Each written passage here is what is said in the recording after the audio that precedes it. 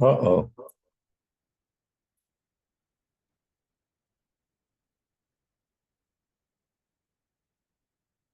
Good morning.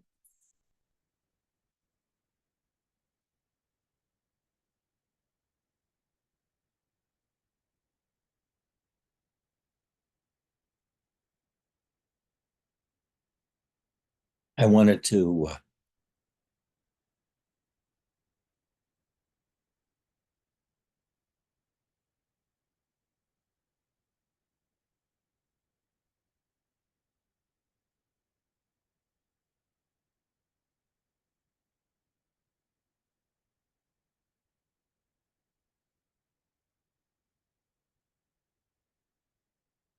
you might say, I've always questioned the techniques used by teachers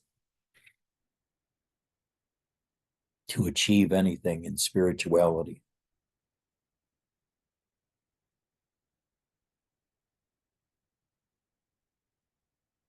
Now,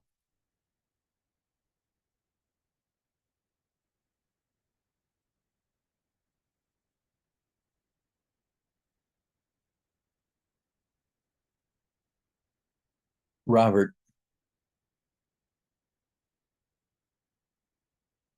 used some words to describe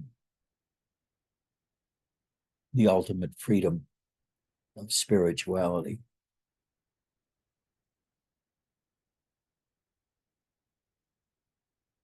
But there were some words that he used that didn't prove too transformative to students.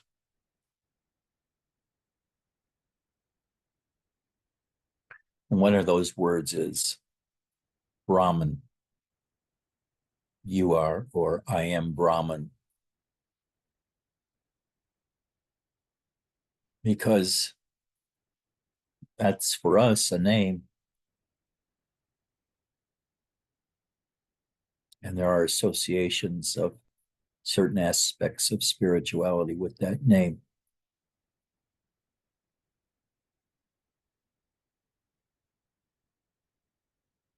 But I discovered what I hoped was not true, that enlightenment was something that can be found without the use of words. And it can be.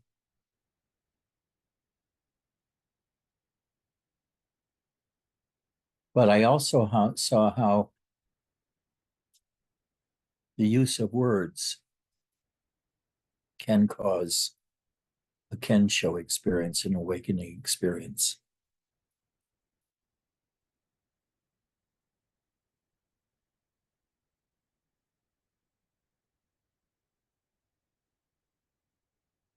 Robert used the term Brahman a lot,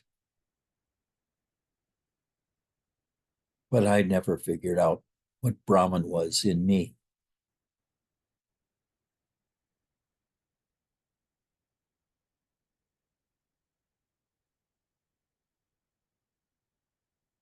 And I notice after satsang, people at satsang more or less forget spirituality and enter a tea group where we become persons. In the edgy group,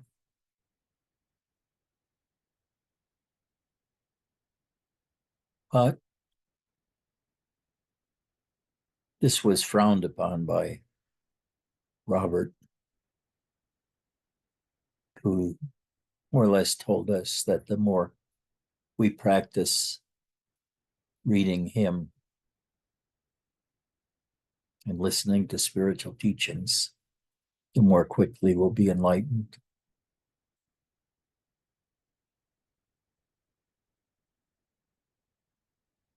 But Nisargadatta laid out a more clear way of using teachings.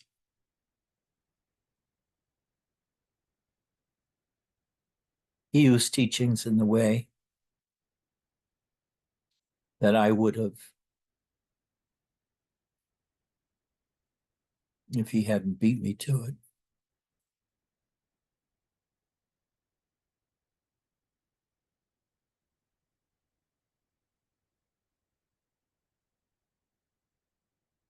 If, as both Robert and Nisargadatta and Ramana said that the world was unreal,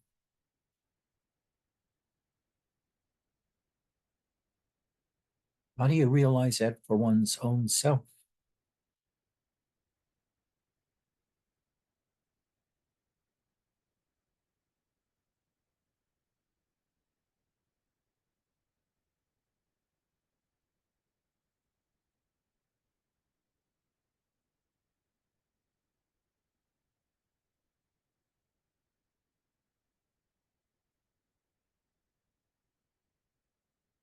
And then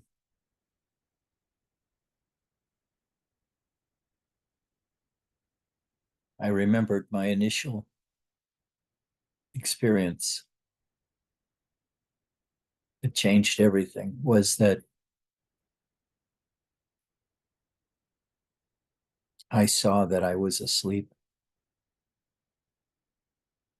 And I also watched consciousness approach me like a tidal wave on the ocean with little waves. And I woke up, but I watched the whole process. I witnessed the coming and going of consciousness and of night and day.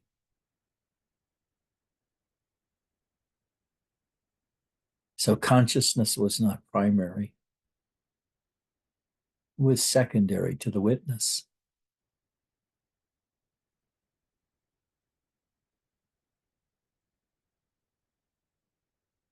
But is that enough to free a person? Yes, it is.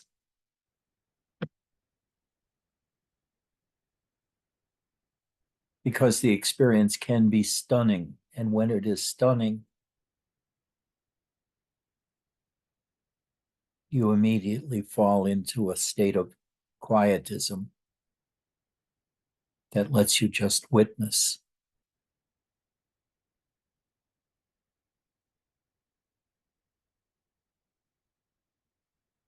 But there are other things that happened to me later.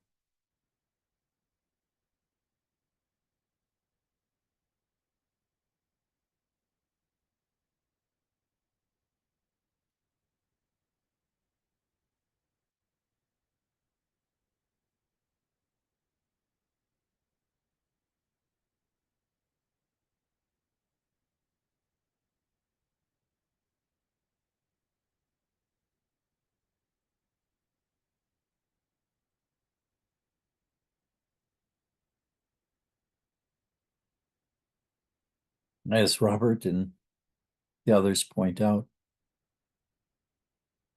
we are the witness, totally beyond life and death. The one who watches consciousness come and consciousness go. But there are other ways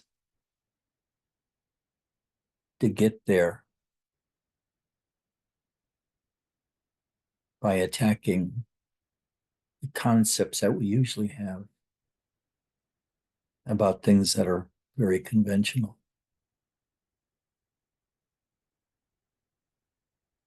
Almost all of us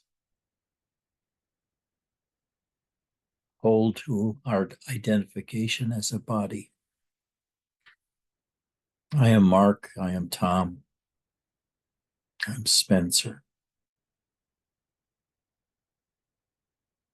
I'm Catherine.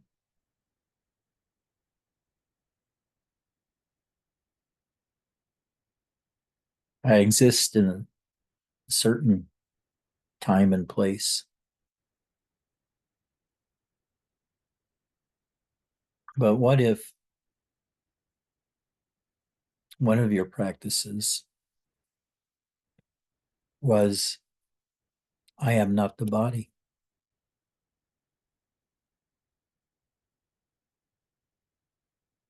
I am different from my body. And this is a big one for people to escape. This is it actually, usually, the one that turns you into a spiritual person of some repute.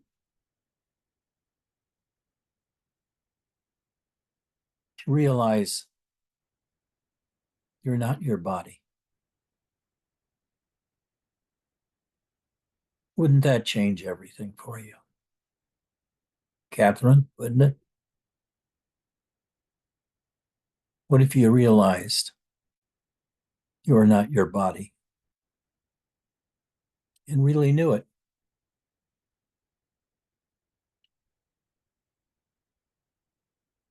No answer is necessary. This is a teaching thing.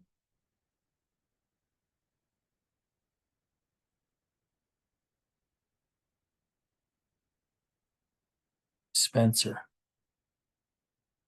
what if I told you you're not the body? And you said, repeat that. Or I said, repeat that 100 times a day for the next 40 years. What would you think? Again, you don't have to answer.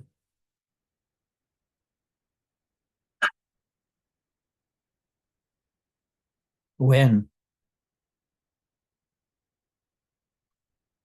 you break from that identification between you and your body,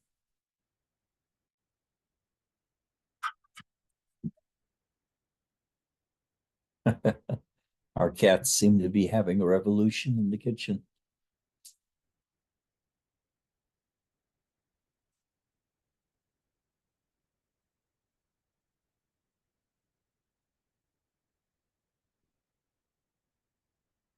So our cats announced the true Dharma.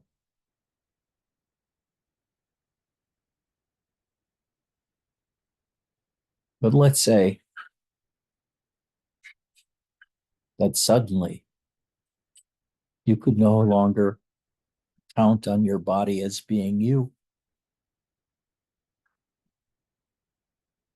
Being you is independent of the body. What happens if you realize the independence of your body from you?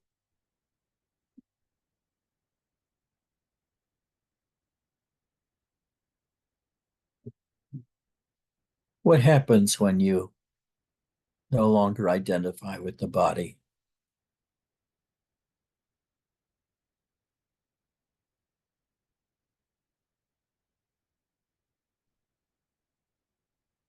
Well, you realize your experience as a human being is quite confined and inaccurate. If I am not my body, if I don't identify with my body,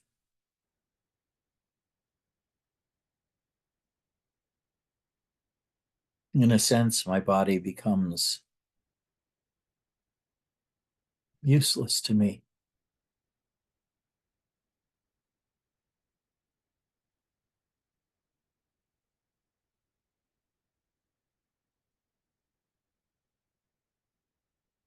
When I disidentify with the body, it allows me to become one with the totality of consciousness absent the body.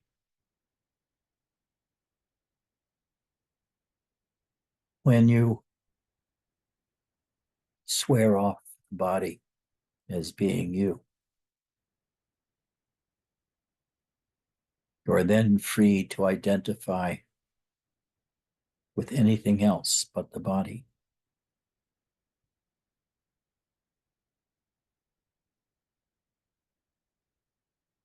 Like the sense of consciousness within you.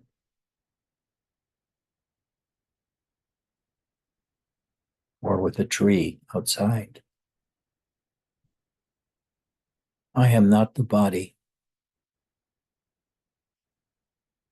Allows you to identify with all the rest of reality as a totality or as a halfway house or whatever. If you get rid of positive identifications one by one, you free yourself ever more to be something in nothingness.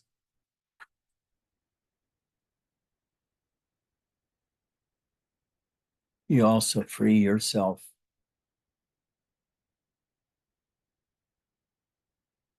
to transform from being a person,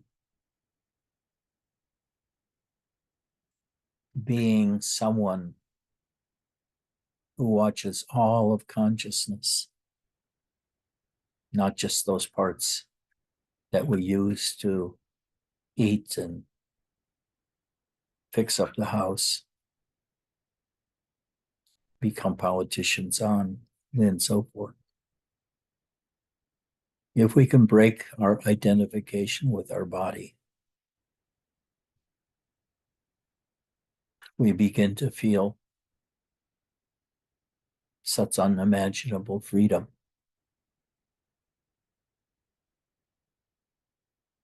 Isn't it strange? Growing up, we taught our body more and more to identify both with our bodies, but with the reality around us.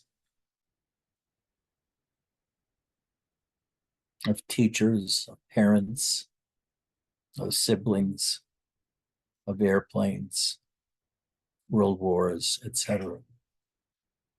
There was always something to be involved in.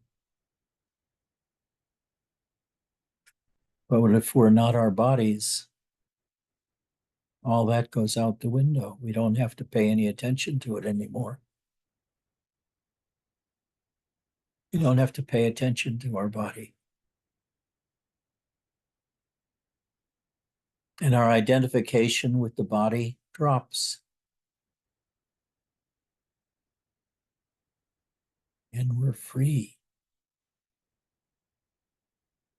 It's not the total freedom of total enlightenment, but it's a freedom we've gained, a freedom from the physical. And with it, that freedom comes a happiness.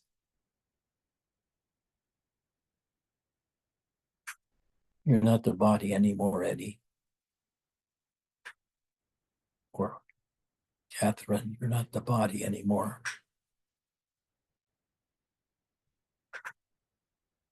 Tom, you're not the body. Well, what am I then?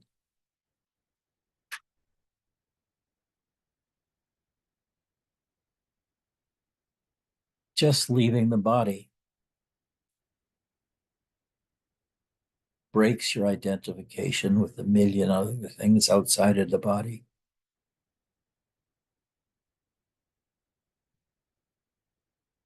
With your civilization, with your city, with your race.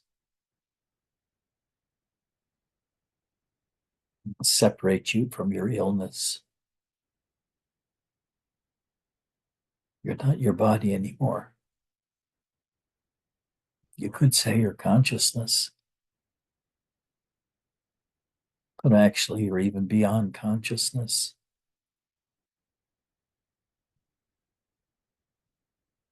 But when you thoroughly understand and live from the standpoint you are not your consciousness, or you're not your body, And that consciousness comes to you, whatever you are, whoever you are, wherever you are. Then you've gone totally out of this world, total out of human existence. And something breaks in you. Your identification with your body breaks.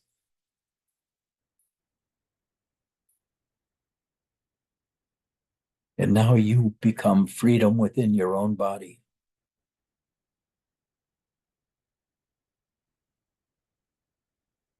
I am not my body. Now, when you say that,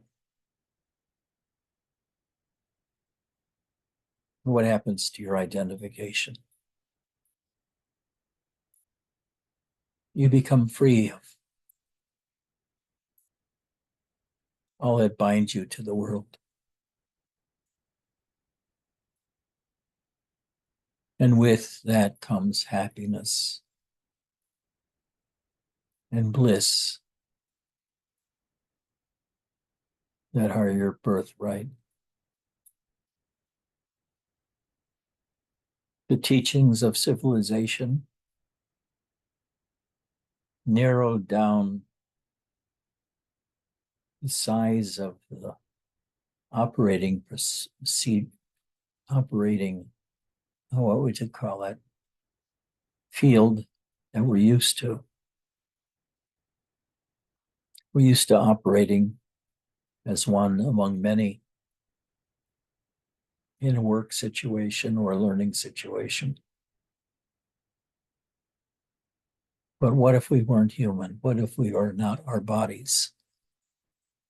And the bodies was just a mistaken identification that was taught to you 40, 50, 60, 80 years before, and that you've held ever since. You see that ideas indeed are important because they can trap you into being a human being, into being in a sick body, into existing in an awful world. And you just try to make happy within a few feet around you and your family, knowing you can't change the world. You narrow your focus on getting your own world in order and trying to find some happiness for yourself and others.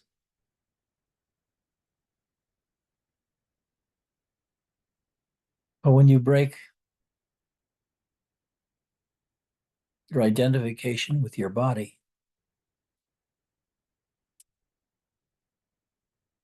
you're no longer bound to that body. As long as you live, you're no longer bound to that body.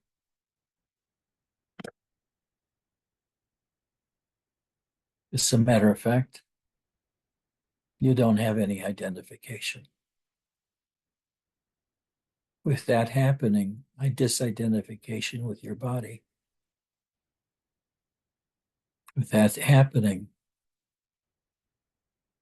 you're free to find a different identification or none at all.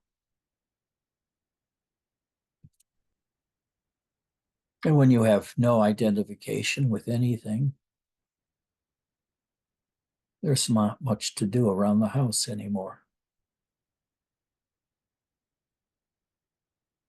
except keep it clean, feed yourself, feed your animals. But you can do so without identification with them as something that is transcendent. When you're able to, one, while you're asleep, watch consciousness approach like an ice sheet or a cloud bank. And when it gets closer and closer, finally it envelops you and you're awake.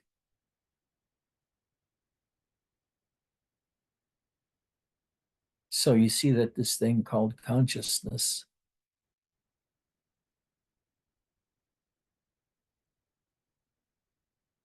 is really associated with an unconsciousness wherein things appear or disappear.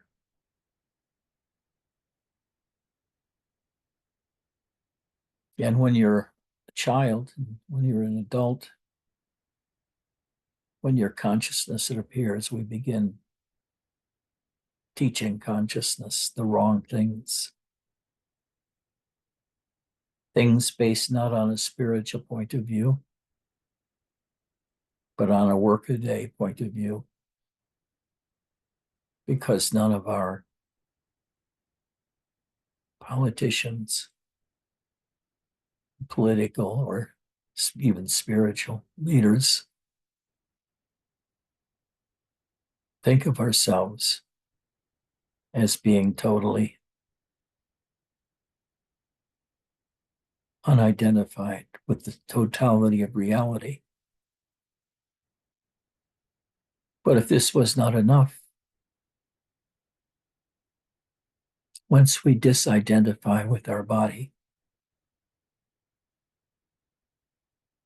we're free another time in a different way.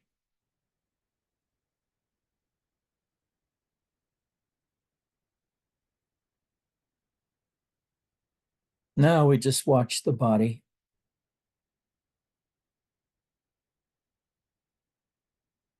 out of a place of supreme happiness.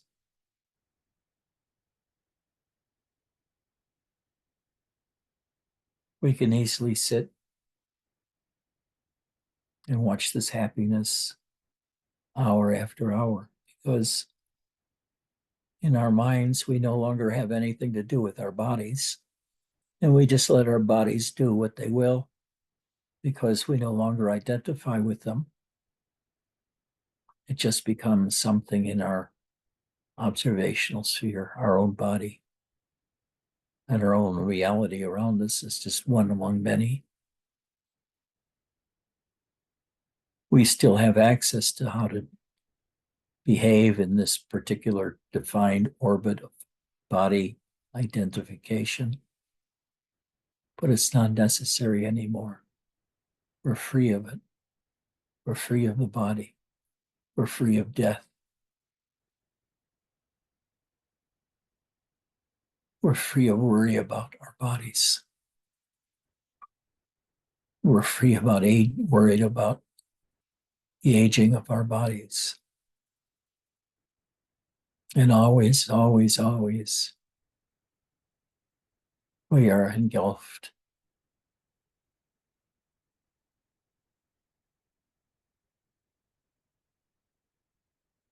in a stream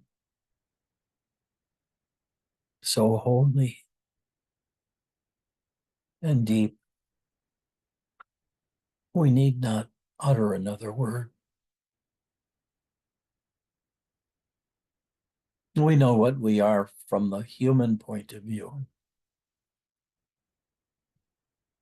And we have memories of being a human being.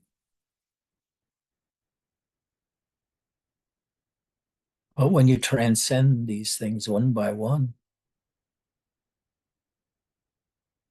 you escape one by one from all of your identifications and from all the traps that you've gone down in your life that prove to be no value or very hurtful value. Drop identification with our body as a whole. Wow.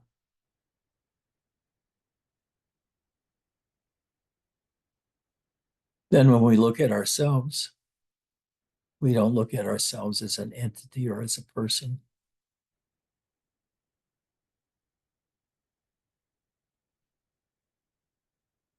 We're no longer a person identified with our body.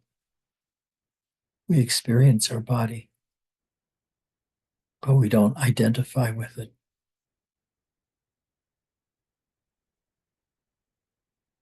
And where does that leave me?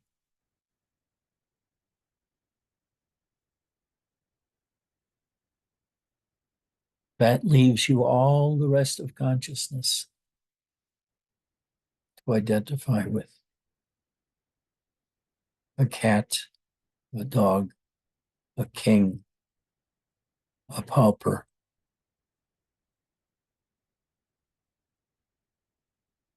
someone dying of cancer. We can identify with any of these. And as we lost our identification with the body, our identification with the not body is pretty new.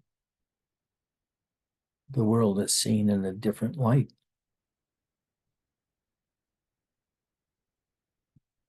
But there are other identifications we can get rid of besides identification with the body or identification with consciousness. We could disidentify with sleep or with waking, whatever. But how do we do it? The key is repetition of certain phrases that can free you from where you are. Whether that repetition is, I am Brahman, which never worked on me,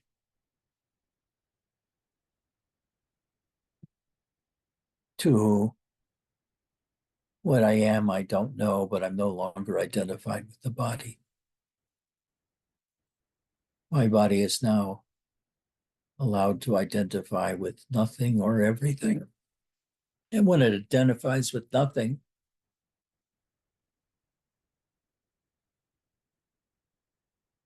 there comes a supreme relaxation. And with that relaxation, a deep happiness, or even a bliss, and a freedom from that prison of life.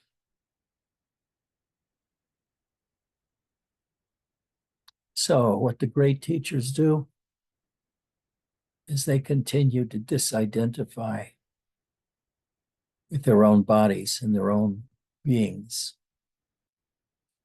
and keep imbibing the teachings of their tradition, which are about the unfoldment of consciousness or aware of consciousness within them.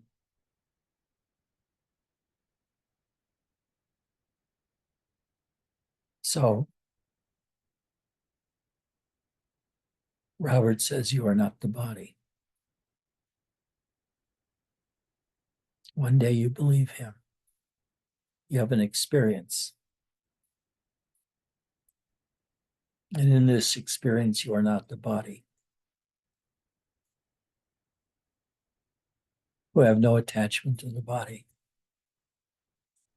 You can see through your identification of the body as illusory, as something that's been taught to you, but isn't true in reality. This may allow you to then look around you and see if you identify with any part of that reality you're now aware of. And in this way, you practice different teachings and different methods until you're free of that old identification with your body or with your mind.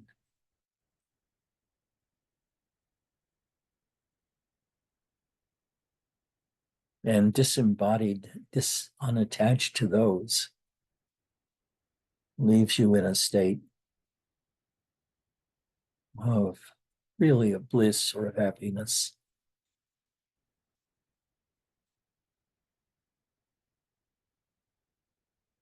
And with that is a decreased identification with the things of the world.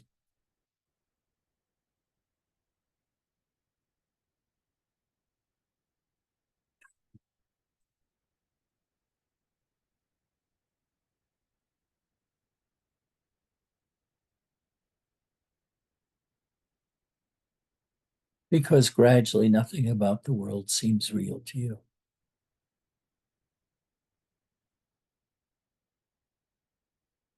what your real identification is with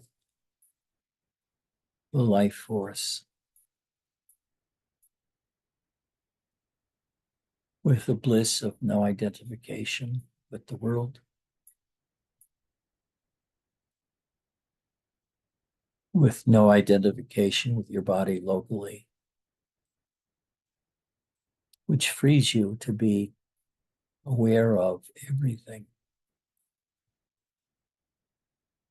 You drop a misidentification and you gain a larger new worldview. And gradually that worldview releases more and more of you from being anything. And then you have no words to express as to who or what you are. You're free of all thinking, all ideas. And don't you see, when you're in satsang, and satsang ends,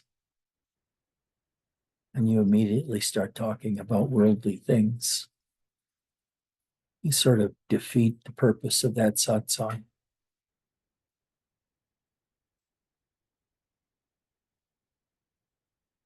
There's nothing in the world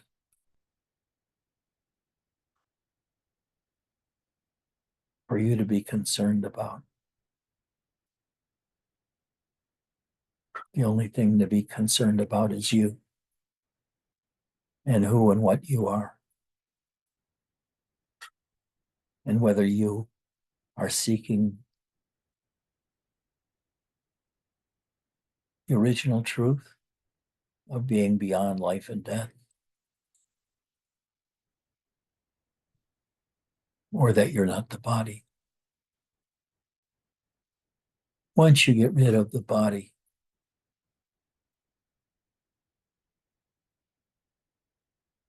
you're kind of stupidly happy all the time.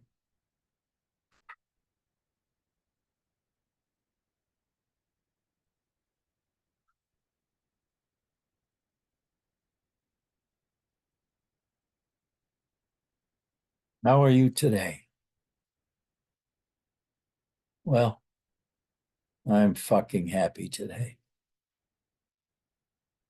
Nowhere to go, nothing to do. So I can just do nothing or be nothing.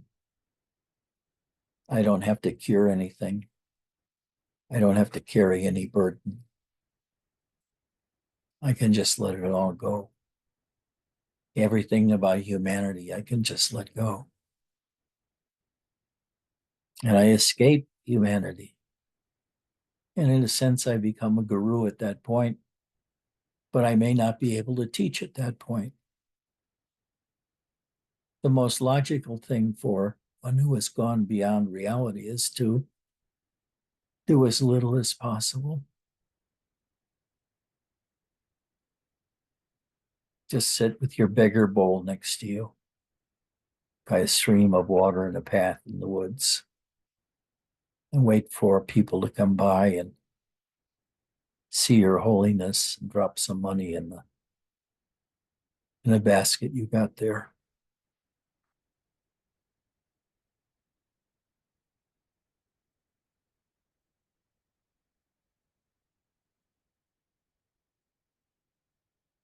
So I saw meditation was not enough, but meditation was vital to change our thinking and our identifications away from the body, away from the mind, away from even the subtle body. And you go deeper and deeper into those various levels of self within you.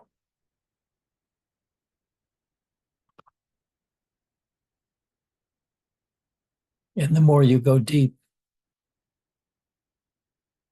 the less you go wide during the waking hours. You see how the real world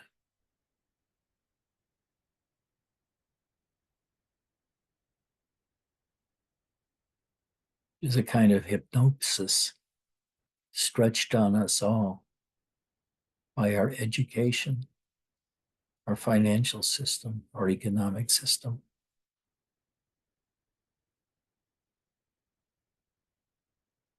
And if we decide to play in them, the easiest way to do it is to regain identification with this level. But if you're done with this level, if you're done with being the way you are, and you can see yourself in the new light,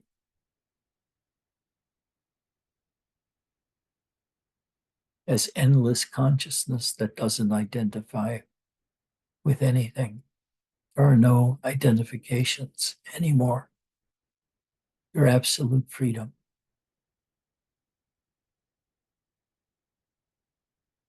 Of course, and the reality is the freedom usually doesn't come all at once, but over months or years as we disidentify. And each of these disidentifications can be quite shocking or slip away without hardly noticing them.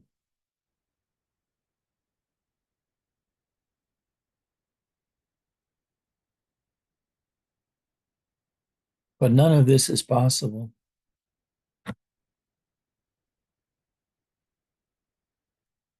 unless you take the new language, the new ideas being offered by Robert or Nisargadatta as the ultimate truth from the point of ultimate truth. And we do not progress. But if we can disidentify with our waking world and our humanness,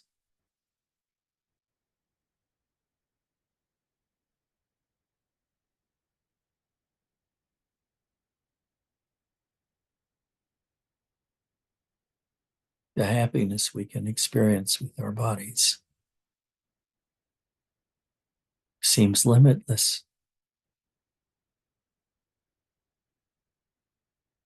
We have no fear for our bodies anymore and what might happen to us or our job. We can just kick back in our easy chair like I just did and fucking relax. Nowhere to go, nothing to do. You're not your body. You're not somebody else's body. What you are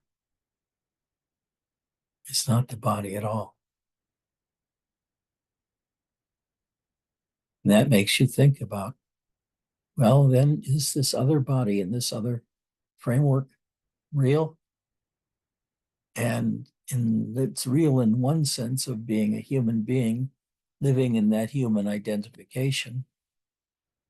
But it's as unreal as yourself when you are living before consciousness, really.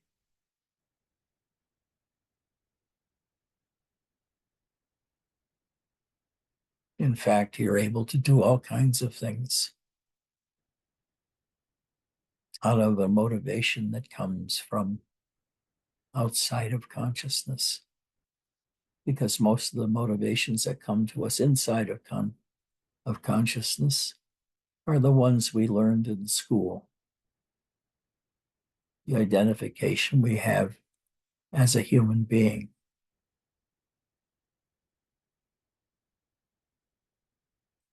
But there's a different identification we can have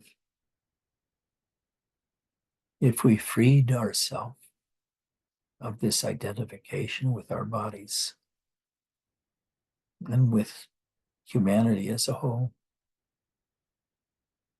and gone beyond it just to identify with the totality of consciousness, and then go beyond consciousness.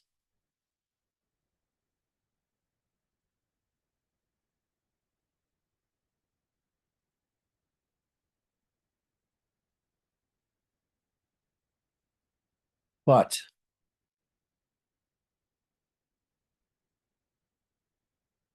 this is really the hero's way.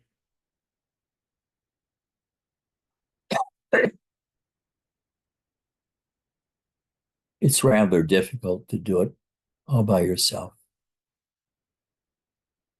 to maintain the concentration needed, the effort needed to disidentify with the things of the world. The tear down stage of disidentification with our bodies or our civilizations, our families, or whatever, or our ordinary consciousness is the hard part. The easy part is to find something to do afterwards, because you can get into places where you can sit for days and not be aware of anything but yourself.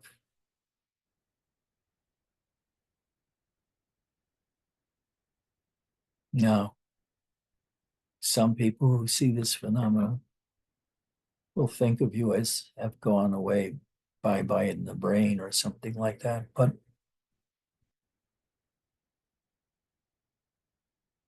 you can't explain too much to them because they won't listen.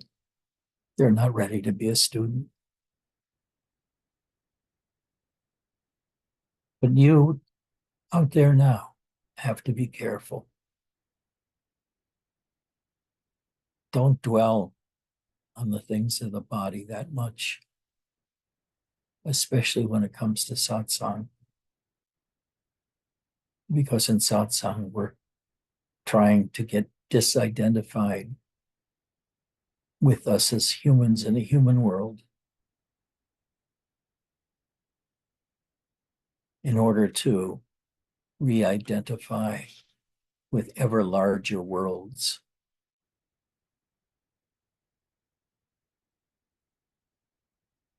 And with worlds yet unseen.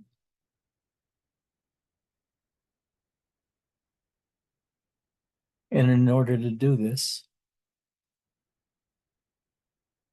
it's best to just be by oneself,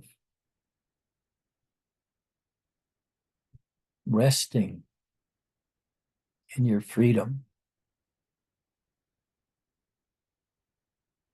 until opportunity keeps knocking one way or another and sort of forcing you into situations in the human world. It drags you back.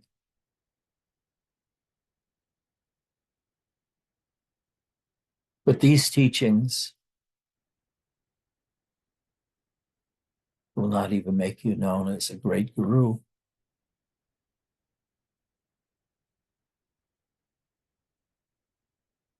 Because you've gone even beyond great guru, where there's nothing to do, nothing to be had, nothing to explore.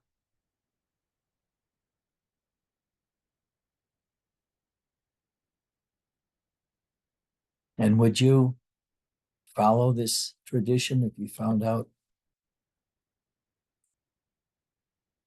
that the investigation of yourself ends in your own dissolution,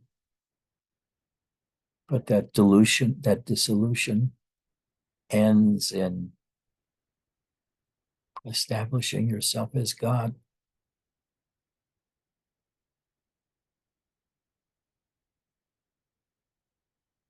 as the totality of that life force within you, as the totality of consciousness which you can enter or leave just by the slightest effort.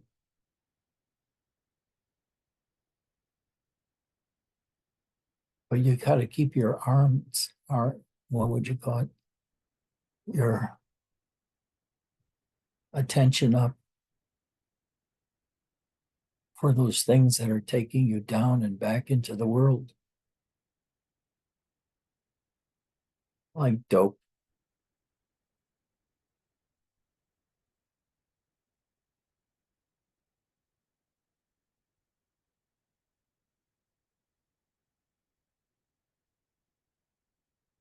Chemical alterants of our human reality instead of totally leaving them.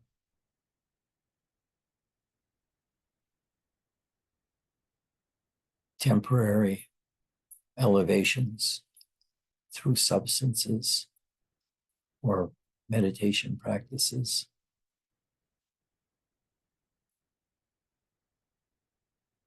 The thing is, not only do you have to explore, but you have to determine which one is real, which identification is real, if any. And this will take you, this line of inquiry will take you through all civilizations of all times and get you out of the egg of being a human being on earth in this time.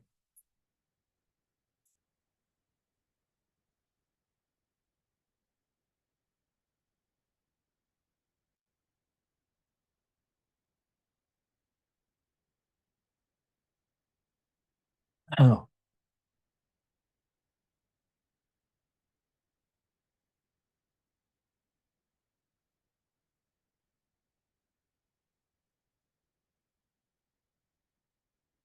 this is so important. And I've listened to the conversations of people online after satsang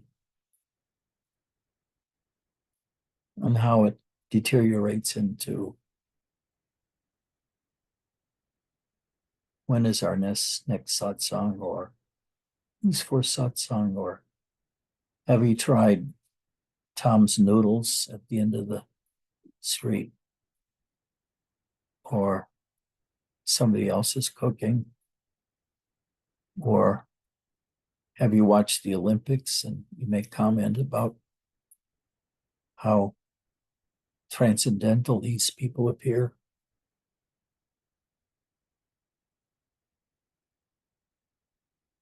I watched them and I felt so sorry for them. Those athletes spending 6 hours a day in an effort to perfect certain motions of their body, or harden the body in a certain way, or to gain muscles in a certain way. What a demanding thing being an athlete is. Not much room for identification there.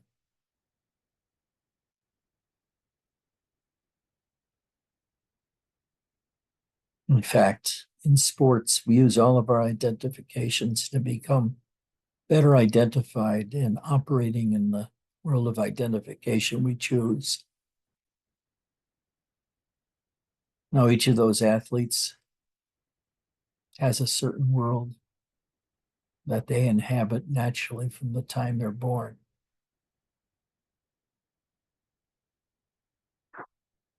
And it often involves insane amounts of behavior later in life in order to accomplish a certain goal. For the reason that way we will be able to get a gold medal or a silver medal, and the love of all the people of the world.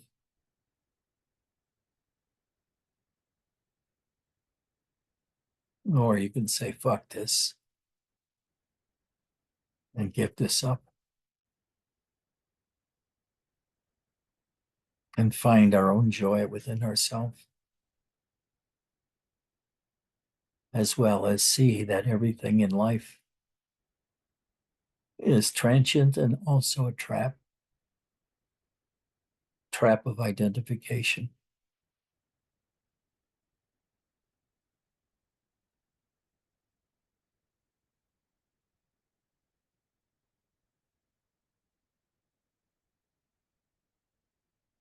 So, for an explosive enlightenment experience,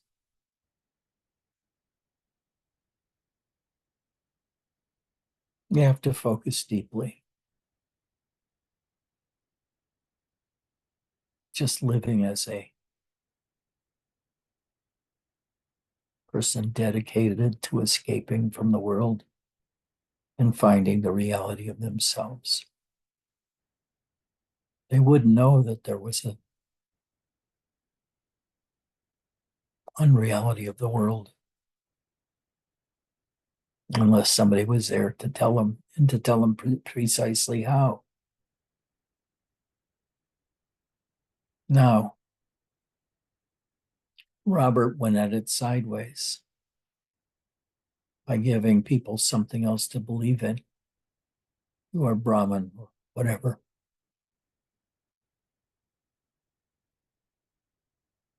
And he wasn't that successful as a teacher because what he's asking for people that were ordinarily coming to a satsang was not the abandonment of your body as he was telling you to do, or the abandonment of being a human, although that's all he talked about in his teachings. But it was to disidentify, not to murder yourself, but to disidentify. And to disidentify, you have to want to understand, or when you're practicing, what you're trying to disidentify with, whether it's the totality of the human experience or it is with your own body. And disidentification with your own body is the way that Nisargadatta practiced.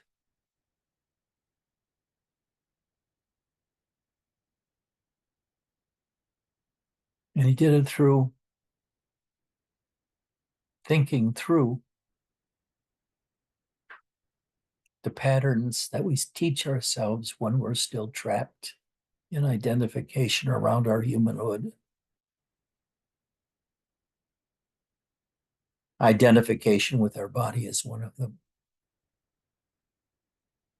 Identification with our subtle body, the mind, speaking, feeling is another.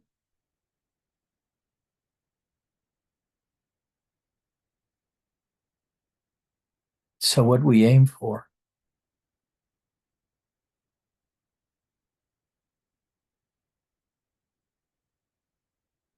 is overcoming the attractions of being an alive human being.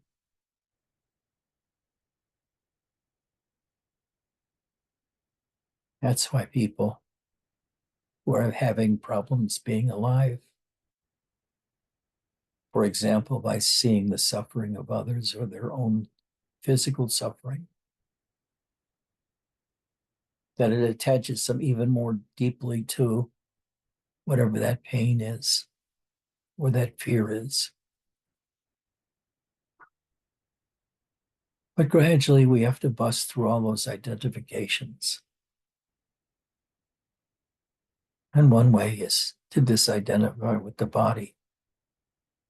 The other way is, like for me, being in deep meditations and watching consciousness come. Before that, I'm just in nothingness, emptiness, and then it comes and I come alive.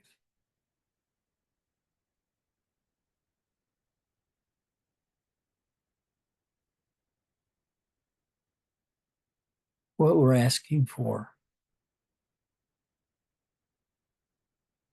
in spiritual teachings is to escape the world.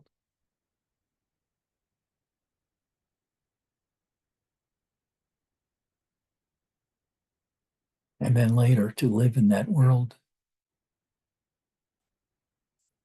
that we escape from, but often also which opens up when we free ourselves of that underlying identification of a human. If we no longer identify as a human, how do we see the world? How do we experience the world? How do we feel the world? But this requires as a teaching purpose,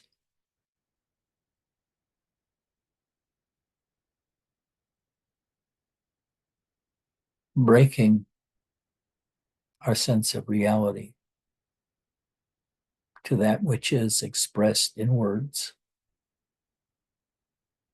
to get to a place where our primary identification is with nothingness,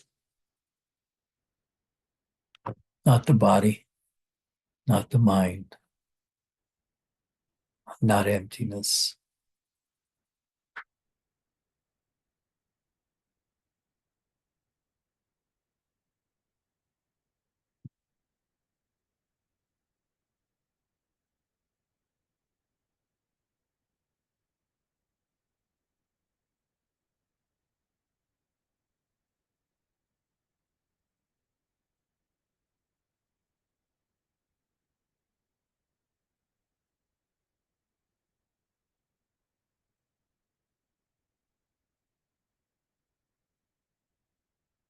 This way is not easy. It requires a lot of identification with the strangeness that we begin to know when we explore bodilessness, the loss of consciousness or the gaining of consciousness. When we're out on the edge somewhere. But if after satsang, we immediately begin to discuss our worldly being, we've sort of invalidated whatever happened during that satsang. As we've brought ourselves back to how do we cook the pot?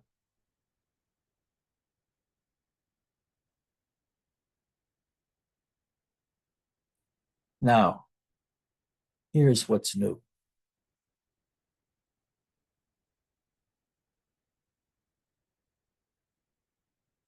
The spoken word is important to get to enlightenment for many, many people. So I want to start a new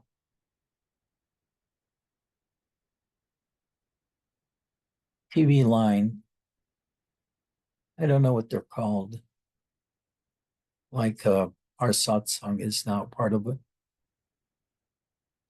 visual entity, but also I've written on other things, which I can't remember the name of right now.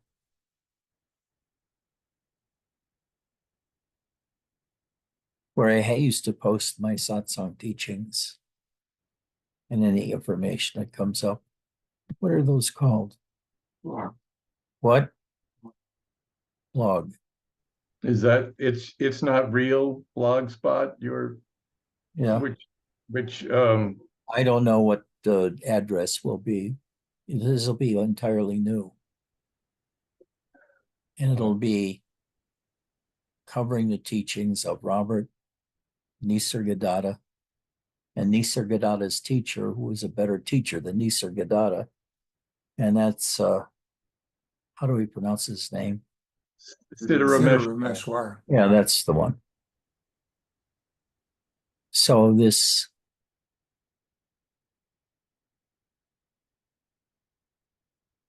new blog container, whatever it is, will be the teachings of them, which are more basically broader than the teachings of any one of them. But you have to realize that the way is to break through one knot at a time. And this blog will focus on presenting their teachings, but will also contain our satsangs.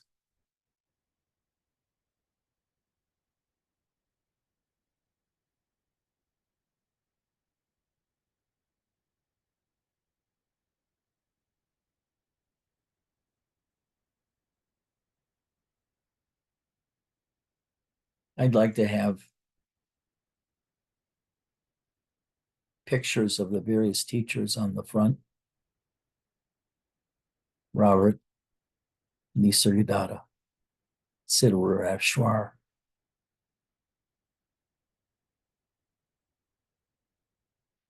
Right now, the external world has a crush on Nisargadatta and much less so on Robert, like a tenth of what is on Nisargadatta. But we can use those teachings that Robert had of certain awarenesses that help you break the bonds with human entrapment.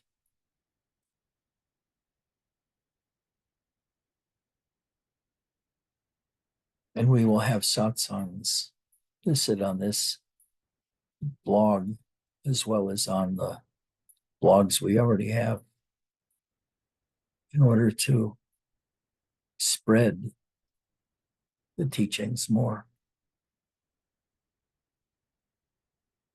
But one of the ways to go is to do Nisargadatta. Take a look at the internet and search out Nisargadatta.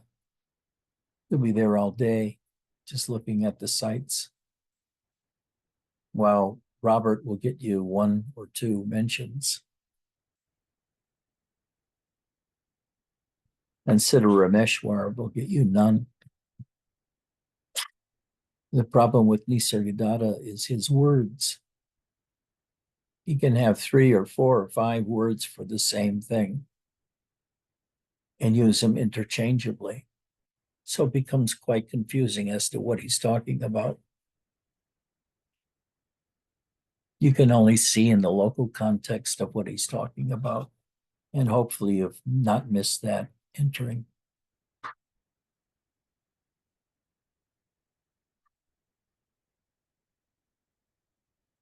So I'll try to do it in a way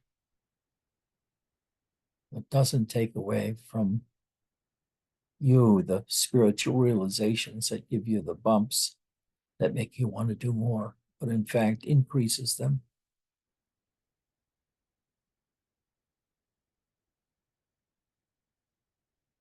But I urge you to not spend much time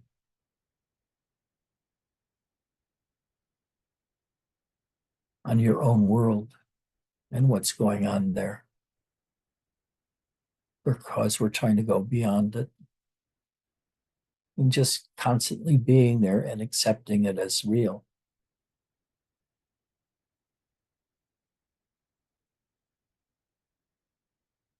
Results in no spiritual movement.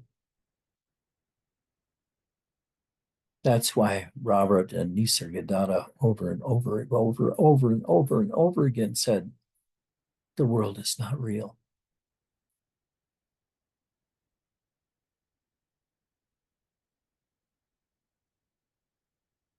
Don't identify with it. don't identify with the normal human attachments to the world. They're not real, which means that they were taught to us by others, which supported what they were doing at the time, but really don't fit where we are now as spiritual beings looking for something else.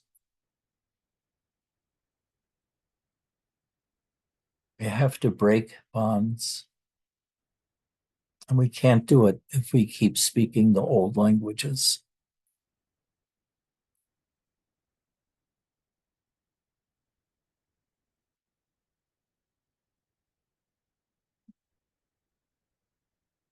And when someone breaks through, it's good to hear them talk about it. It helps us. So this is what this new line is going to be. This new blog is going to be dedicated to covering the old teachings of Nisargadatta, Robert Adams, Siddhar Neshwar,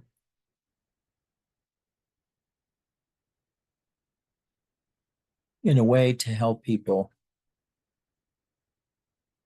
overcome the identifications with being human.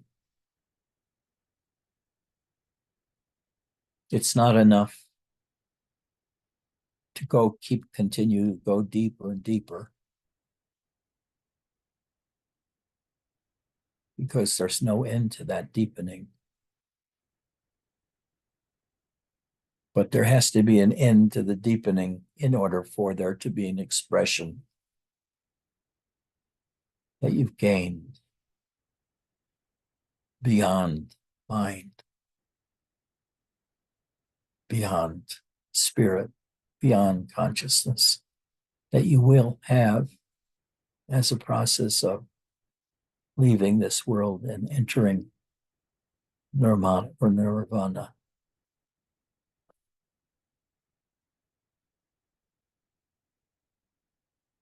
Are there any questions?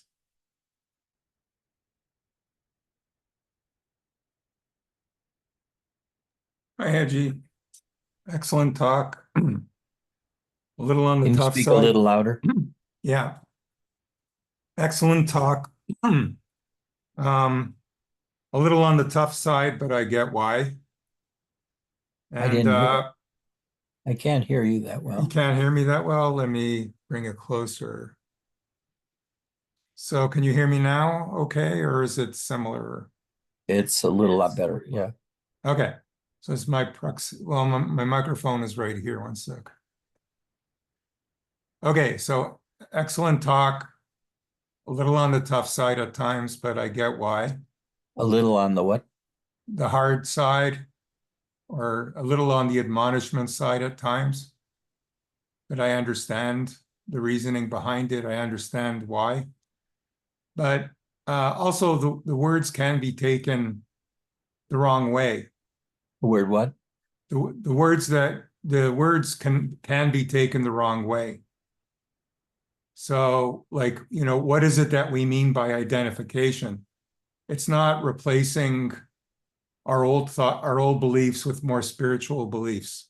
I mean, sure, it could start that way, but that's not what you're talking about. What you're talking about is having it sink down, deeper and deeper organically, so that we can see the reality.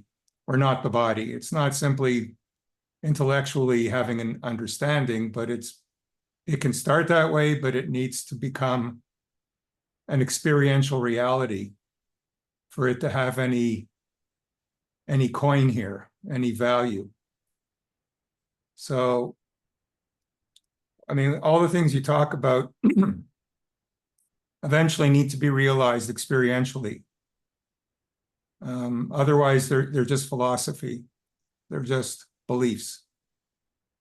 Nothing wrong with having elevated beliefs, but it needs to go deeper than that. And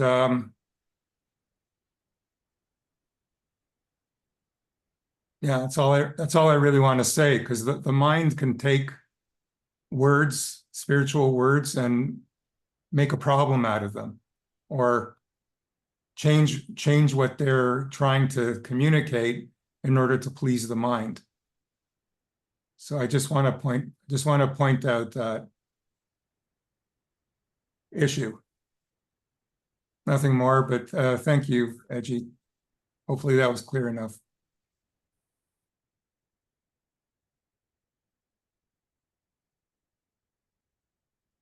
I have no idea what you said, Mark. I'll try again. All I'm saying is that it needs to go beyond the intellect into something deeper. Teachings need to go into the heart. They need to be understood intuitively, and not simply intellectually, for it to have meaning, for it to have, for it to do something. But that's why we have questions here. That's why you invite questions, to make sure that it's being received correctly and not just surface level. That's what I was trying to say. Hopefully that's clear. Every single word you said makes it an object, and you can't make it an object. It is pure awareness. There's no self-awareness in the moment. It is exquisite and perfect in every moment. It simply is. You can't add anything to it or take anything away. What Robert Adams said, he's not a nihilist. What he simply said is, there's no self and no others, because you cannot make it an object. So, Edgy, what you said is perfection. It's absolutely exquisite. It blows me away. It leaves me crushed and crumbled. I have nowhere to go, and it's why I have to come here. And it's why I can't get here fast enough. And why I love you. I love you. Thank you. This is a bit closer to what I'm talking about than Mark said. Jay said, fuck it.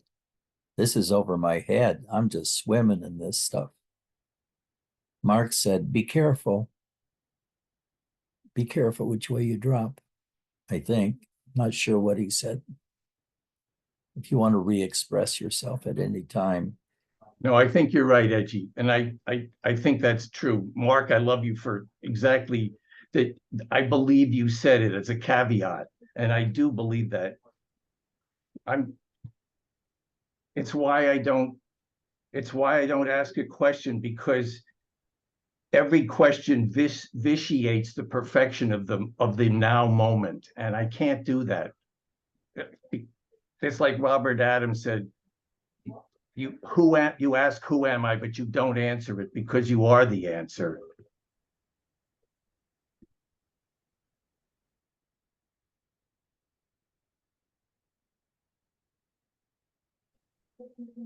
I was just playing devil's advocate as to how I know. Yeah, that's all, really.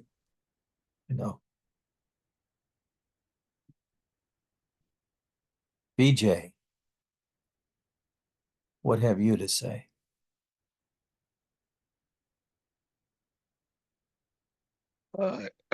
I had a question, but I forgot what it was. Yeah, you said something like, I'm not body. And is that like, I mean, I don't know whether it would be easy for me to convince myself that I'm not body, or I'm not part of the story, or the story. Which story is that? My story, or the story that I'm in.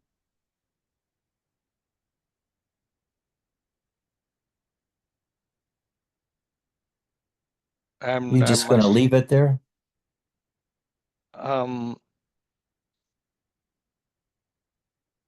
I just really want to convince myself that I'm not body, and there is a mental Can you reaction. speak a little louder? I can't hear you. Sure. Can you hear me okay now? Looks like you got some audio issue, Edgy, because when Mark was talking, it was very loud, very clear, and I'm sort of wondering about that. Is it clear to you? Yes. Okay. So what I was trying to say is that I'm unable to convince myself that I'm not body because there is a quick reaction on sort of sense that it doesn't believe it. I can't hear you anymore. Yeah. I'm trying to say that. Michael, can you turn yours off for a second so we don't have a Sure. double? I turn it off to help the volume. Oh, okay. I'm going to boost your volume, VJ. Please. Okay, try it again. So if I say that I'm not body and something is not convincing in me, that it's not believing that I'm not body, because there is a sensation on the body all the time, in spite of me saying several times in a day.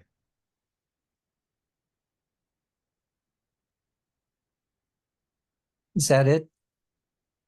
I'm asking you, how can I do it better? How can you do what now? Get explicit. Convince myself that I'm not body.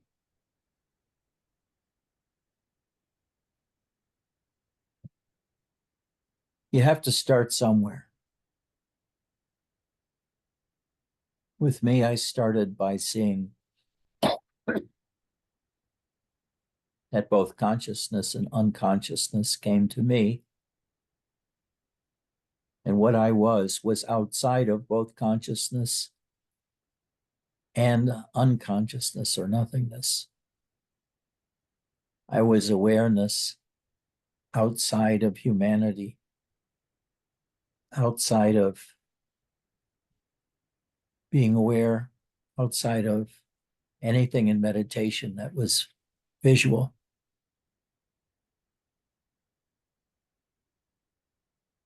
So that's what I took as my initial teachings.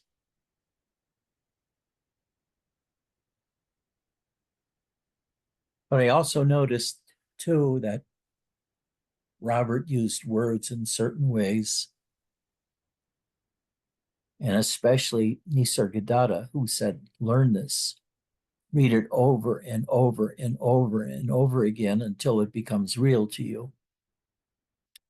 And this is exactly what Robert was doing, teaching us over and over and over again that what we believe about the world and ourselves is not true. There's a different way of seeing it, and that is getting underneath or before any of it.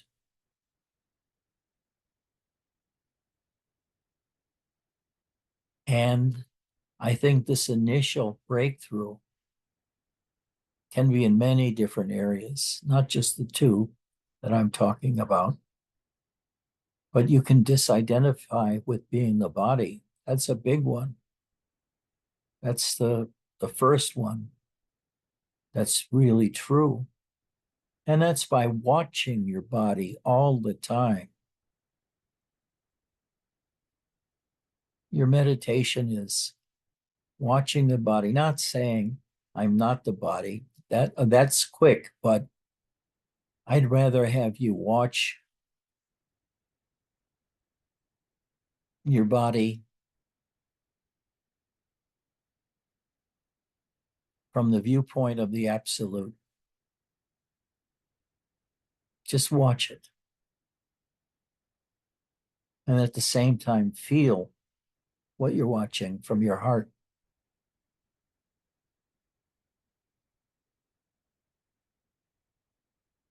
It's not just a matter of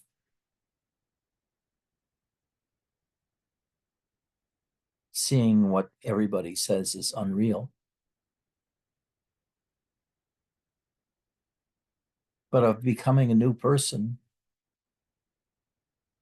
through dropping deeper into one's own self. and then beginning to see what we had assumed as us really isn't. It's just part of the visual sphere, but it's no longer containing us. Now I see I am not of this world. But I keep getting pulled back into it by the nature of living a life like this in a civilization that really has nothing to do with ours. It drowns everything until you sort of isolate yourself from it and just stick to spiritual reading. You don't try to do it for yourself. You just become aware of what others are saying, like Nisargadatta or Robert. Don't try to fight it. Just listen to them and be open to what they're saying. And that openness to what they're saying will allow that to blossom and explode rather than just killing everything we believe in, because we'll kill the good stuff too.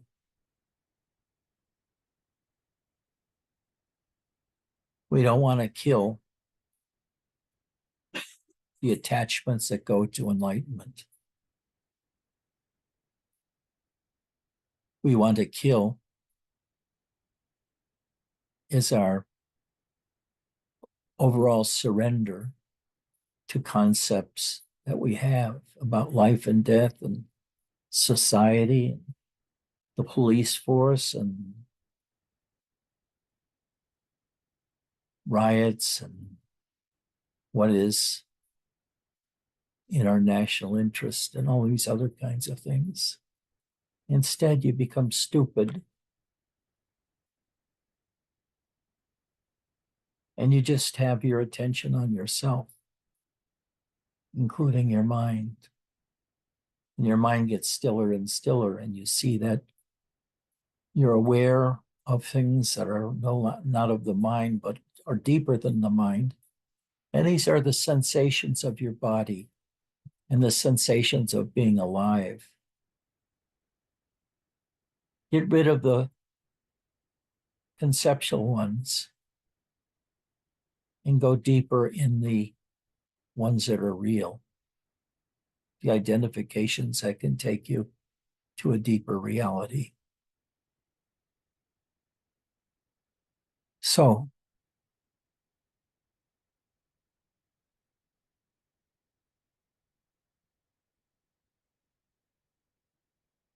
it's not so much about trying to deny your own identity, but to listen to Robert, Nisargadatta, Siddharameshwar, and watch how they use those things on yourself to help you awaken.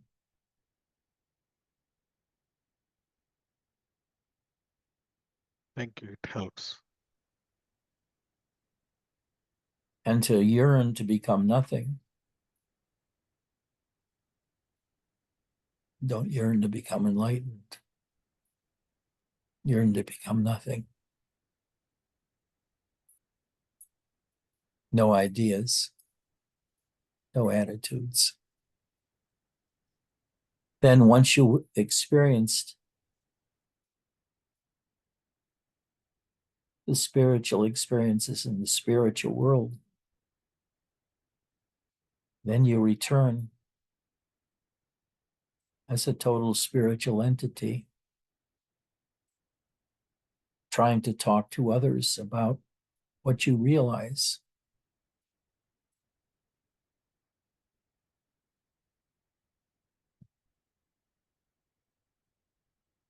And then some say, like Nisargadatta, don't identify with the body.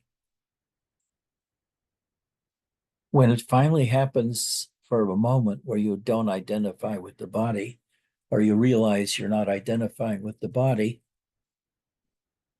is an incredible sense of freedom.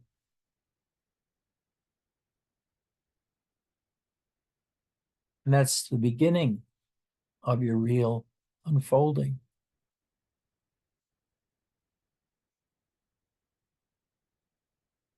But in any event, it works because we relentlessly pursue questions like, who am I? Where am I? Am I real? What's real? And those type of questions, like the ones that Robert asked and Siddharameshwar act. But at the same time, like Robert, they present another point of view, which is there for you to understand and to attain, and including all of the waking experiences that attain, all of the enlightenments that come out of that.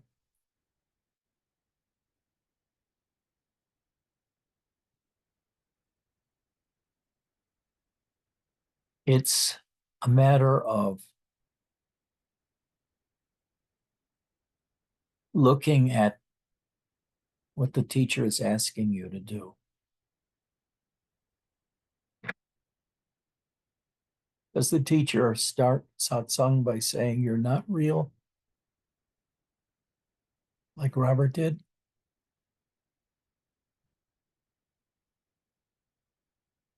Does he push everybody into the position of not being real? That yields my first experience in many people.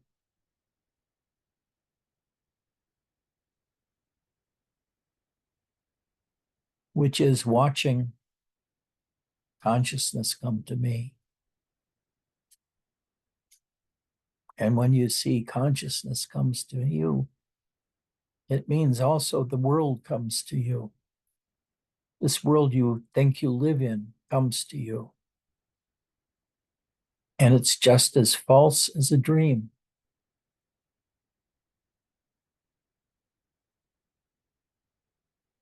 It's all dream material.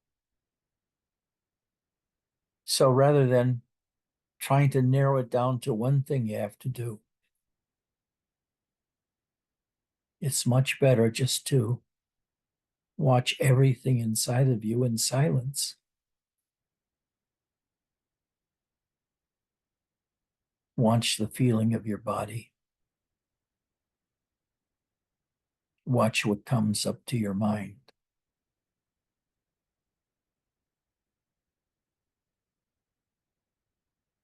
Get very deep in asking what's true.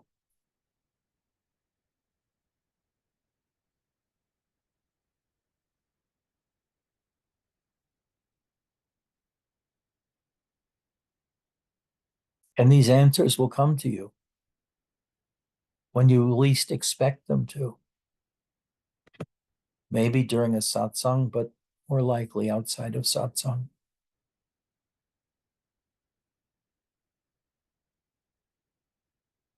But if you keep your attention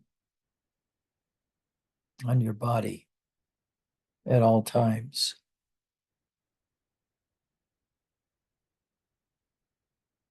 that can be one of the first things that is broken in you, your identification with your body. And when you're no longer identified with your body, you're allowed to re-identify with the entirety of the whole universe.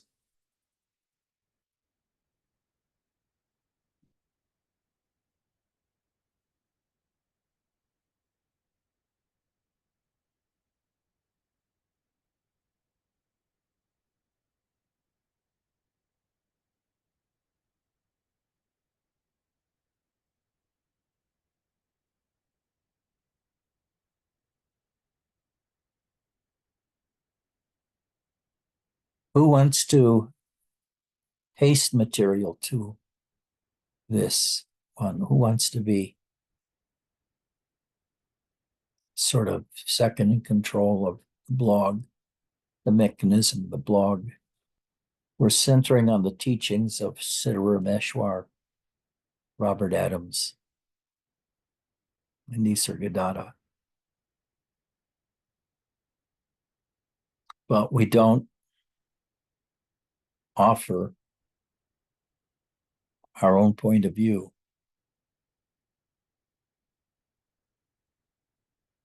Because when I see what's that kind of asking results in, it results in the person finding great meaning in some phrases that are not yet expressive of enlightenment in any way. They're just nice things that Nisargadatta said or somebody else said, which are not yet his beyond teachings. They're still teachings about our world as being a human, for us being human beings in the world.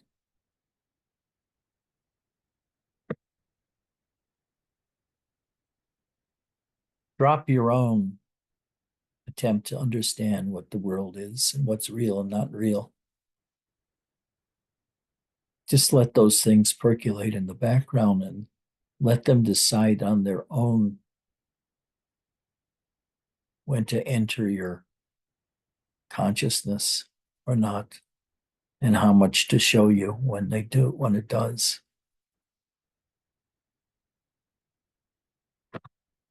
One thing to realize, though, is you're not some of these spiritual teachers that awaken upon the third word they heard spoken by their guru while sitting in satsang.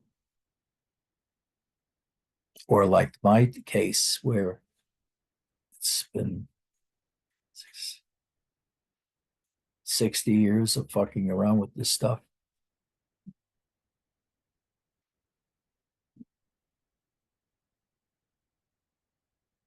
But it's of you.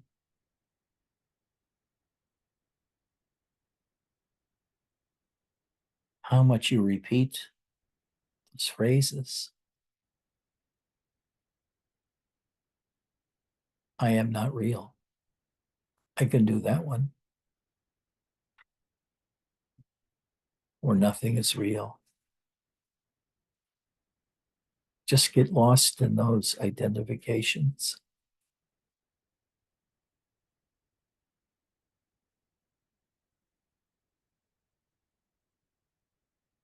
And rest in them too. It's okay not to have any understanding whatsoever. And just sit here doing nothing.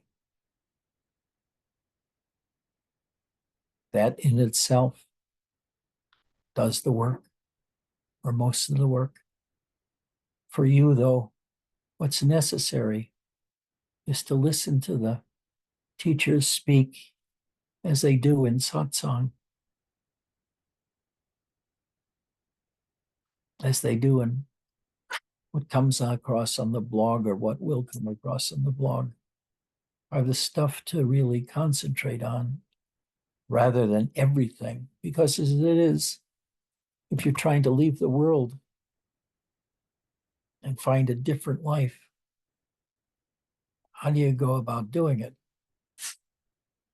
You've just left with a gigantic problem of how do I get out of where I am now?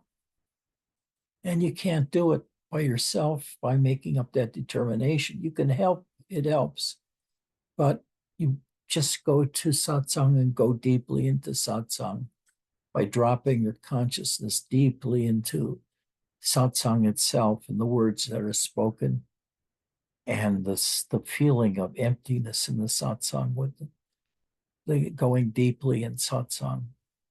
Take yourself deeply into yourself and listen to what is said from there.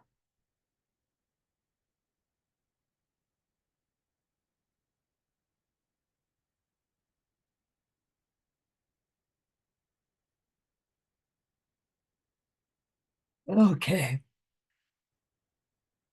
Any questions? Other questions?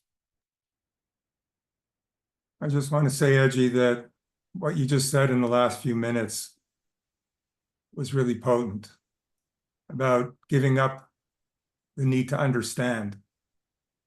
just absorb and allow it to percolate, and it'll formulate on its own. That's extremely potent stuff that you said there, and whatever followed after that. So really resonated. Thank you for that.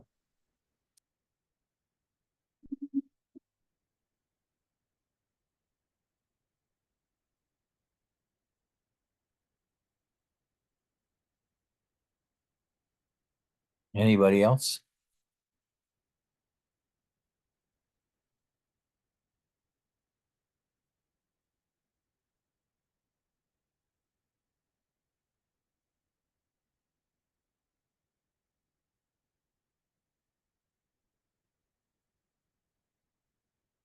What's the time now? Oh, it's 1:41. We spent a long time, too much time.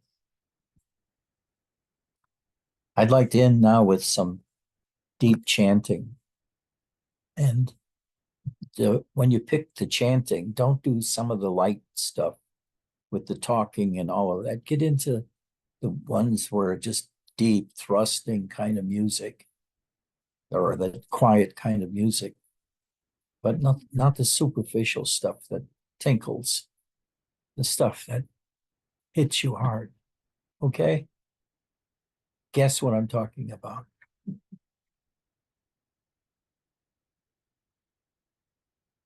I'll just say no each time the wrong thing comes up, okay?